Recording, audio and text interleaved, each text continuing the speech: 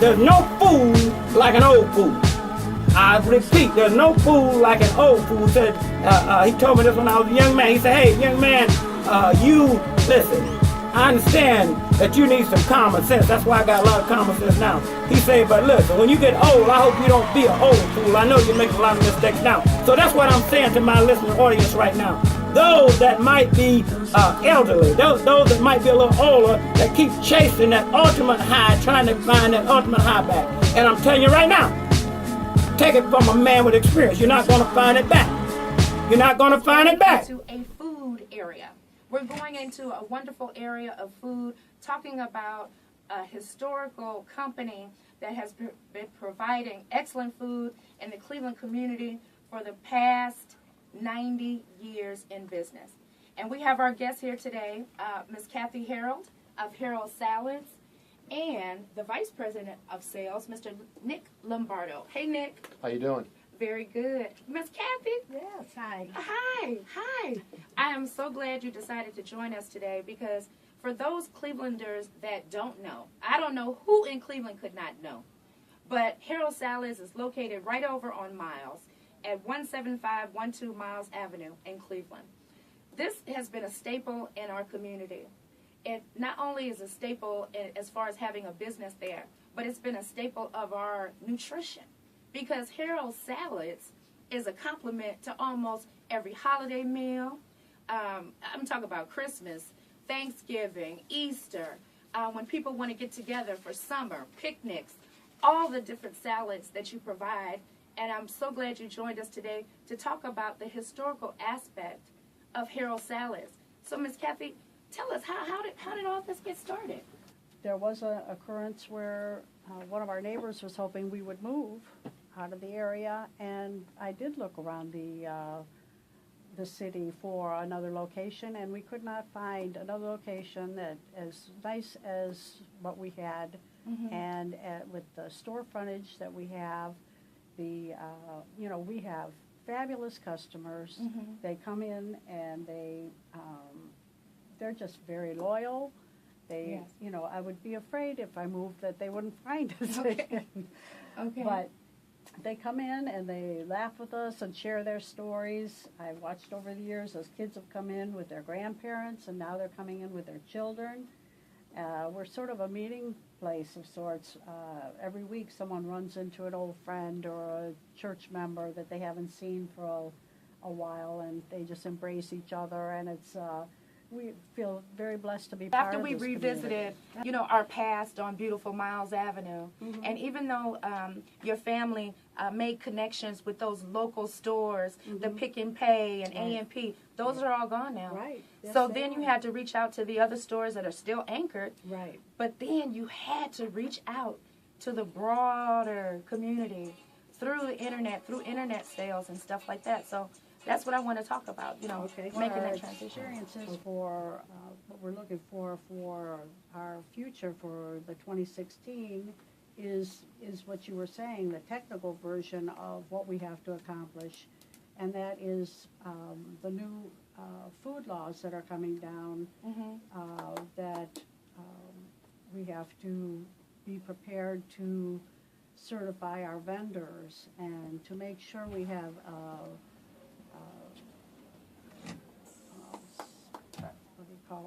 supply chain Okay. that is verified and safe. Okay. So, say for example, when we get one case of red peppers and it goes into 2 batches of one macaroni, 1 potato, we know that where those peppers went and who they got sold to. It's all a matter of traceability. Okay, and we appreciate that considering what we've seen with a lot of these major food chains right here in the news lately, talking about Chipotle, not able to be able to follow that chain. But, our current customers are Dave's Supermarkets, Drug Mart, Corky and Lenny's. We're at the Horseshoe. Okay. We're at the Roxino. And then we have Corky and Lenny's up on Chagrin. We have a bunch of distributors, Troyer Farm down in Amish country. And then we're working on a lot of other things. I covered 7 states for a bunch of distributors, and I have sold, first of all the other salads. And that's why I came back after 7, 8 years to sell these great salads. They're easy to sell. They're just quality. And I really respect that. I think we have the best tasting salads in the Midwest, and I'll put up our salads against anyone's. I agree with you. I agree with you. I just think that the quality's there. We have good customer service. We have follow through, and we really try and please the community. And it's been great. What's happening? There's some great things happening at Harold's now. We're updating some machinery in the back. We're getting the IT segment that Kathy was referring to a little while ago, and I just feel that we're going in the right direction. What else is I want to say? Well, first of all, I want to wish everyone tomorrow, Monday, happy Martin Luther King Day. Thank you, thank you. We appreciate that because in our celebrations, I know several people that went and got their salads, Great. For their events that they're having, which is a wonderful thing. And, that speaks to talking about the history, Miss Kathy. I know you remember all of the things that were happening in the city, whatever turmoil and things that come up. But, businesses are stable if the businesses are stable. So we appreciate, like I said, it's amazing that you were able to hang in this community for so long when we have seen other business pick up and just leave. So it's just amazing. Hey, the third generation of Harold's. Let's talk about that where my further. dad passed in '78, and I had just gotten out of college in '73. So I wasn't really being trained to take over the business. I wasn't, you don't think of the passing of your family as a possibility. When the time comes, it sort of shocking, I guess. Right. So we went into pretty much we started making pasta salads and specialty potato salads, seafood salads and desserts, expanding into new markets. We started with the Kroger stores that took us into 10 states, and presently we are making custom salads for regional distributors that distribute to 48 states. I don't know how many states that we go into with that distributor, but that is the opportunity. Okay. We had friends in the Honey Baked Ham in Solon that moved to Florida, and he insists on having Harold Salads down there in his 3 locations down there. Oh, wow. So you transported to Florida? Yes, Okay. yes, we do. Okay. And then just pretty much, the reason why we're still here 90 years later is quality. Quality and consistency, not taking any shortcuts. We just try to continue to make the best salads we can.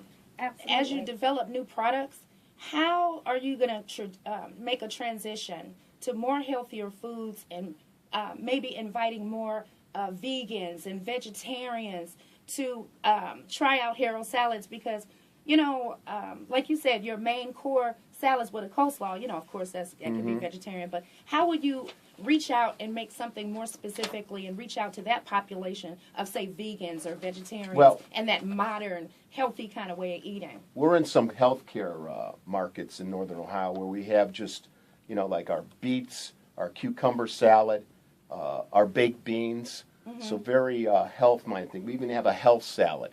Okay. And then we have an Hawaiian twist dessert that's real kind of light for the elderly, which is kind of nice.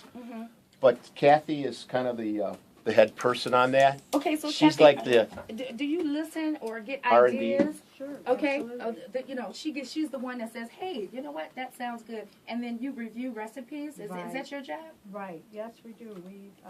We actually have a quinoa salad, and that's very healthy for you. It's good fiber and all that good kind of thing.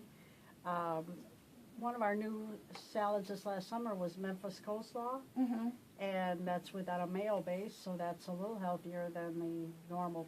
It's an coleslaw. opportunity. Oh, okay. Like we're down at the Horseshoe, we have a lot of the Dave's supermarkets carry our 2-pound core items, potato salad, coleslaw, and all that.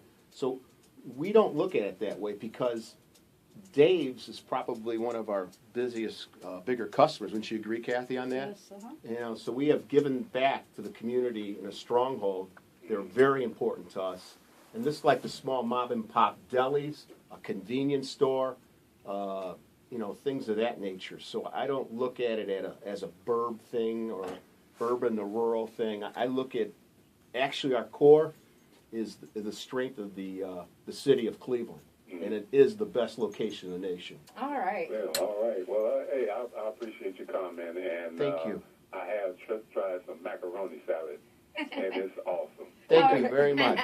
The radio Thank show, you, you can get Carl. that creamy coleslaw. From Harold Salads, just go on over to 17512 Miles Avenue. Mr. Nick. Wait a minute, and you can get it for I what want to know price? what time. Hold on a minute. You can get it for what price? That would, a 2-pounder would be $3.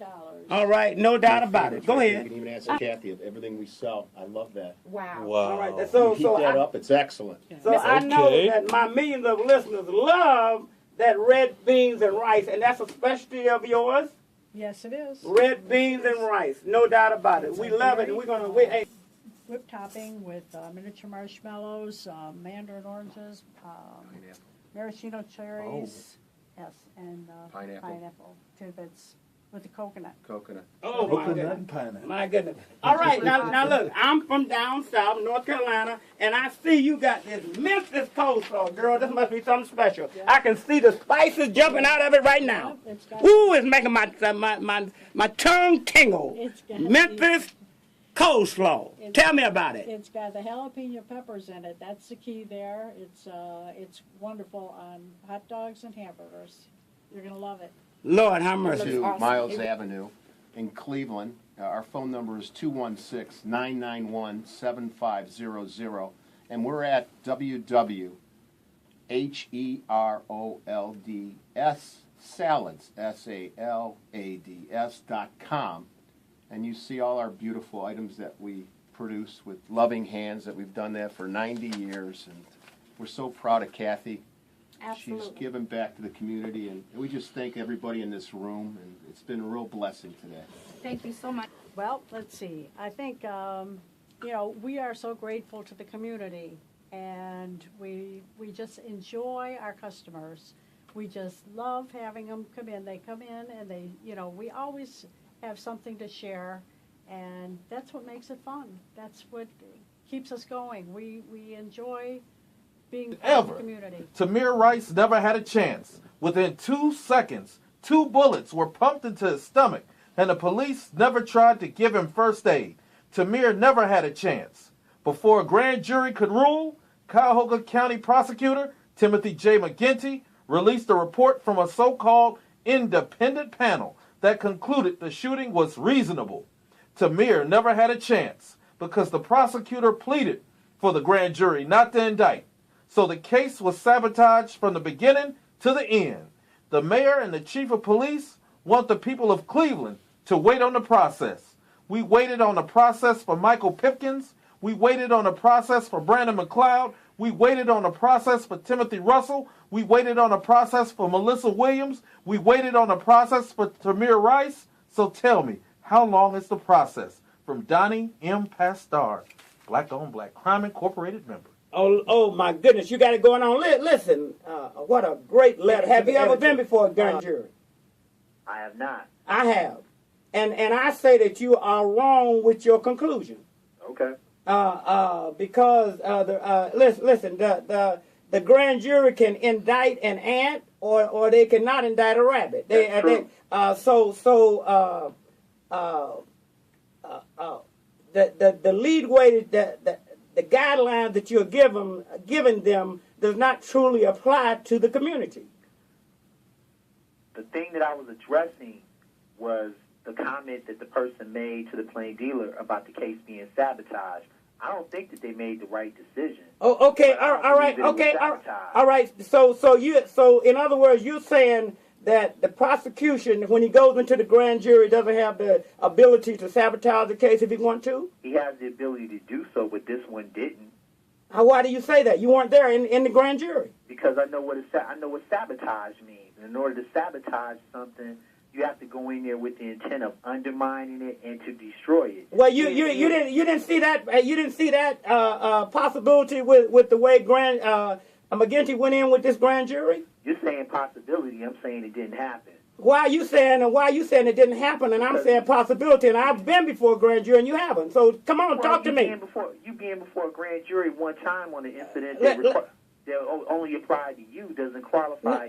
It gave me a firsthand inner working of the grand jury. I'm not saying I'm proud of this. I'm just saying that doesn't that many black people get a chance to go before a grand jury to plead their case. I'm not bragging about it. I'm just saying I saw how I watched that grand jury. I saw the people in there. I saw the prosecutor, and I saw the way it could be manipulated. That's all I'm saying. All right, you're reaching past what I'm actually saying to you, though. All I'm saying to you is that in reference to the person that wrote the article to the plain dealer, the letter to the plain dealer that said it was a sabotage, it doesn't. By the prosecutor. That's what she said. I'm saying it does not meet the qualifications of what is sabotage. What he probably did, and this is why I brought it up, even though it's in the future.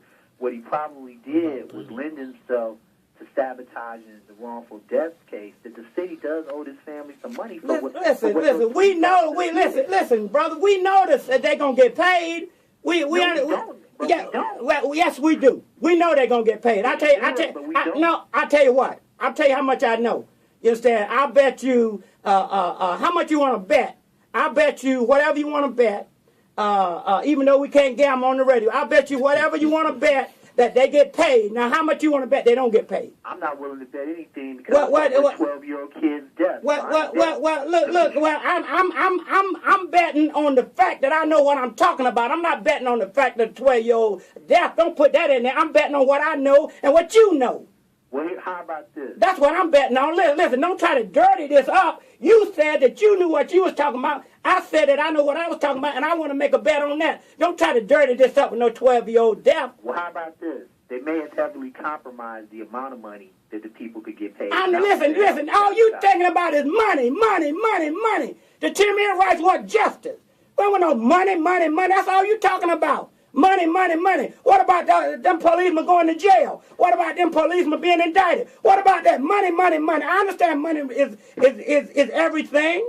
I believe they should both be removed from the force and they should do some jail time. However, the case was not sabotaged. All right, so Can I get to the other thing that I was calling about? In this particular case, you are a defender of McGinty as far as the way he represented this case. That's your bottom line, right? I'm an understander of the word sabotage. No, I'm asking you a question. In this particular case, you're a defender of McGinty who went into the grand jury and you feel like he presented the proper case so it wasn't sabotage, right? I'm not a defender or an opposer. Come on, you're being political correct, and this is not a political correct show. Sir, I'm not number one by being political correct. Politics. Yeah, well, but you're trying to be political correct and sliding between the cracks. Come on with your next comment, man, because I'm not buying what you're saying right there. Because you're not coming hard. You know what? Come on. You know what? Listen, Sheriff, I want you to put this note on this.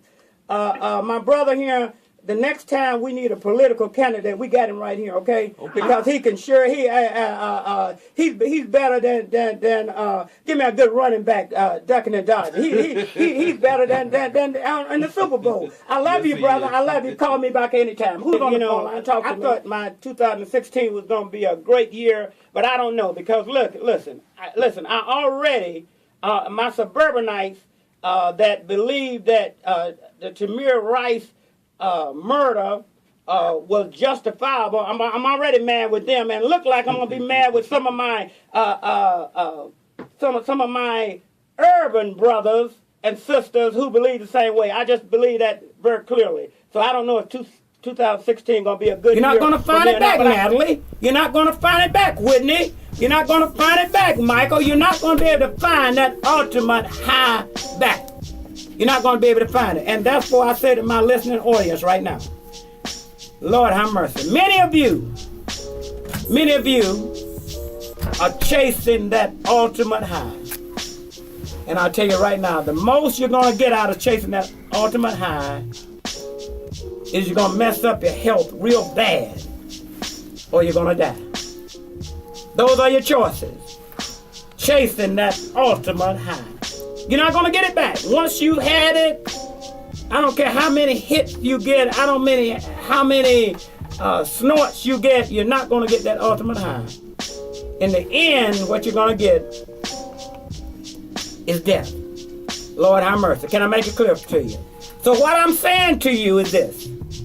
I'm saying to you is now is the time. If you're listening to the radio show and you know that you're an old fool because you've been chasing that old high for so long, grandma, granddad, middle-aged person, you know that your family is suffering because you're still trying to find that first high, that one that was so good. You're never gonna find it. Take it from Martin McCoy, somebody that's been there. So what I'm asking you right now is to wake up. Take it from Norman Aquila McCoy, my dad, and don't become an old fool. All right? I just wish Natalie had woke up in time. I wish Whitney had woke up in time. I wish Michael had woke up in time. I wish that the people in our neighborhoods that's chasing that ultimate high that they'll never get before would wake up in time. If you don't do it for yourself, do it for your children, because your children are suffering right now. They say, look at mom, look at dad, look at granddad. They're still trying to chase that ultimate high that they got 20 years ago. They're trying to chase that ultimate high that they got 30 years ago. They're trying to chase that ultimate high that they got some time ago. You'll never get it back. Take it from Martin McCoy, the professor of common sense. So what I'm asking you right now, if you're one of those old fools, those oldies out there that think you can get that high back, I want you to do one thing for me.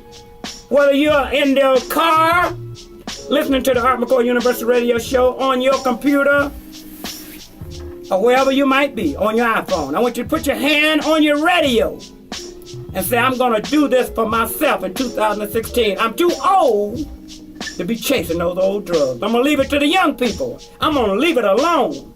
Because I realize one thing right now, that I'm not gonna get that high back again.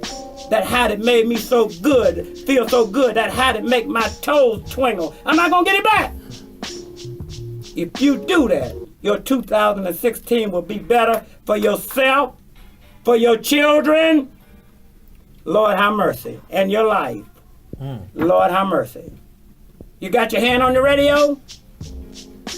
Say, Professor, repeat after me. Professor, I realize that you're right. That's why you're the professor. I realize that you got the experience. I realize that all these years I've been chasing that ultimate high that I got 20 years ago, that I got 30 years ago, that I got 5 years ago. And I'm never gonna get it back. The only thing I'm gonna get is death, pain, and hurt my family and children. So I'm gonna stop right now. Oh, I see you. I see you coming to the radio to put your hands on the radio. I see you coming. Oh, you got your iPhone on. I see it. Oh, yeah, I see you on your computer. Don't be no old fool. I'll end this by saying this.